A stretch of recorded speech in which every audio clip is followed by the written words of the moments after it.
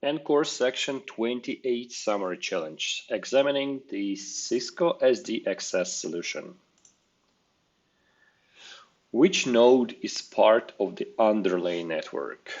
Intermediate, border, edge, and control. So border, edge, and control, all these nodes are part of the overlay, right? So control has the control plane role in the overlay. Edge node is used by the edge endpoints to connect to the fabric, and border is used to interconnect the fabric of the XDXS network to external networks. So intermediate role provides the infrastructure for the underlay infrastructure for overlay to rely upon. Which Lisp infrastructure device stores registered EID prefixes in a mapping database where they are associated to RLOCs? So a Lisp is the location identification separation protocol, and this is the protocol on which the control plane overlay relies, right? So that's how it works. And EID stands for endpoint identification. And these endpoint identifications, they map to RLOCs. So, and EID could be layer 2 or layer 3 address, like MAC address or IP address, right? And RLOCs are the addresses of the edge devices, right? The edge switches, which define the edge of the fabric. So the question is, which Lisp infrastructure device stores this mapping database, right? And it is called map server.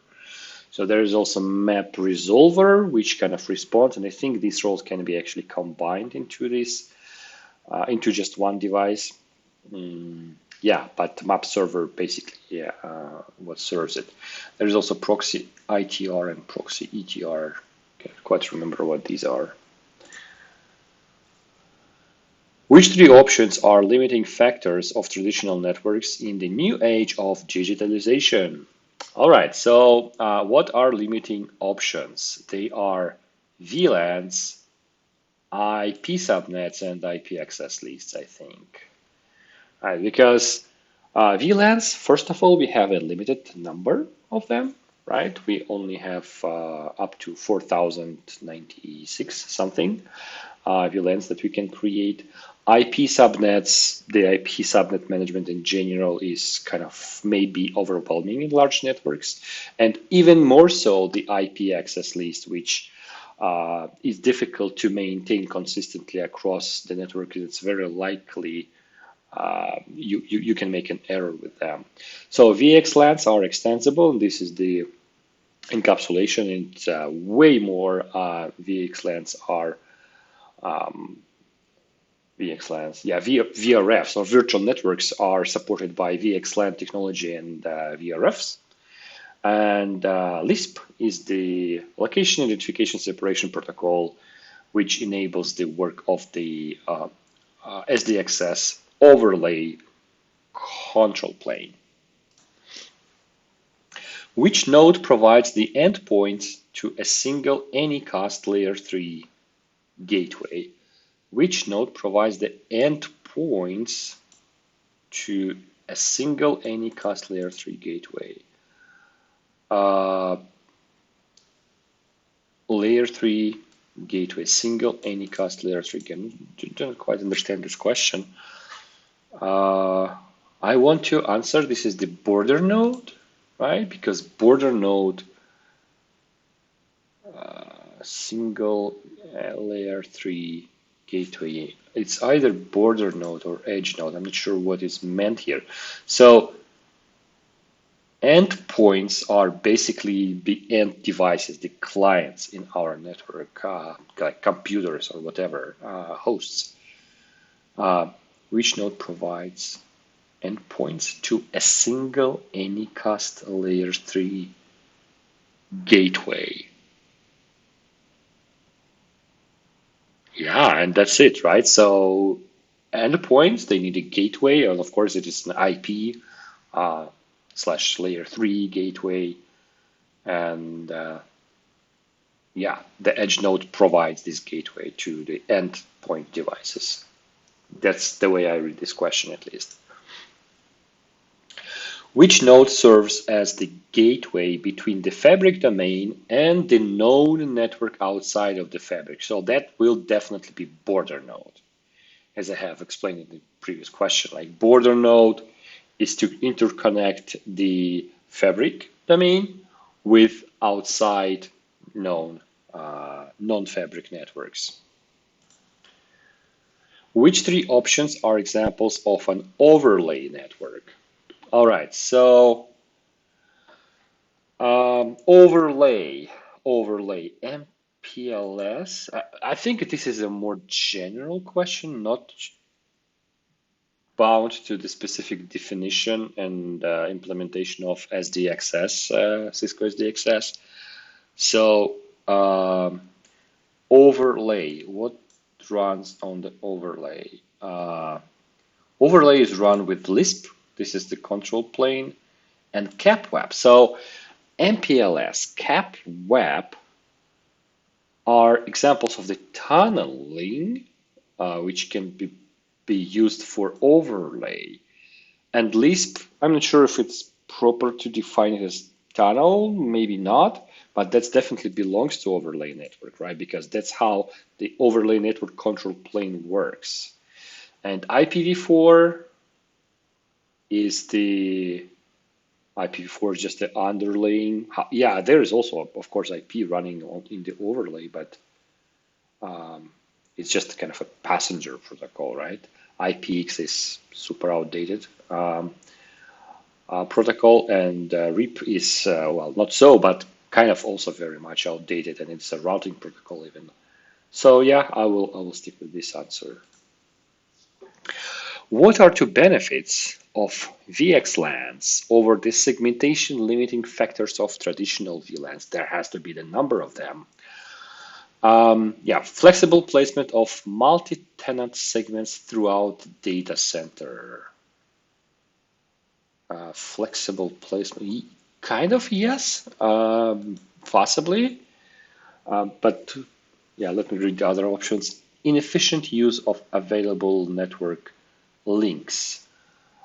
Probably not that much, because it's not about efficiency of using the links or load balancing or anything like that. It's more about other things. Better utilization of available network paths. No, probably not. It doesn't do much benefit in that area. Rigid requirements on device placement. The other way around. Actually, it provides device mobility. So basically, this idea of even Lisp name is a location identification separation protocol. So the thing is, the way I understand the kind of the one of the core properties of SDXS that we these two entities, we separate them. So one function of an IP address is to provide the identity to a specific device, right? So like the host portion of the IP address. And another function is to indicate the location of this device, which is kind of the network portion of the IP address. And it's a bit problematic when these two things are bound together in one IP address. So whenever device wants to move to be mobile from one part of the network to another, it will need to change its whole IP address, which means not only the location, but identification as well. So, and that's why the mobility is limited. The idea of SDXS, or at least one of the core ideas, is to separate these things, right?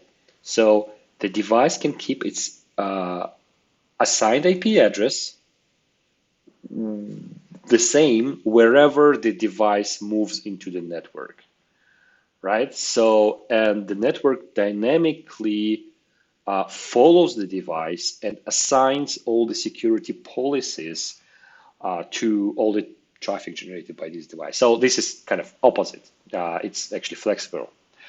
Eliminates the use of multi-tenant segments within the data center. Eliminates the use of multi-tenant segments within the data center. I think it's actually opposite here as well, because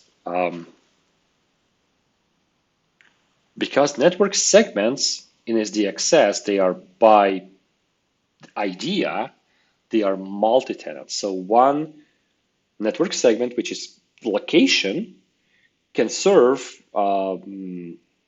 many different devices or tenants belonging to completely different virtual networks or security groups, right? So that has to be then, I'm pretty confident about the first option. It has to be between these and these.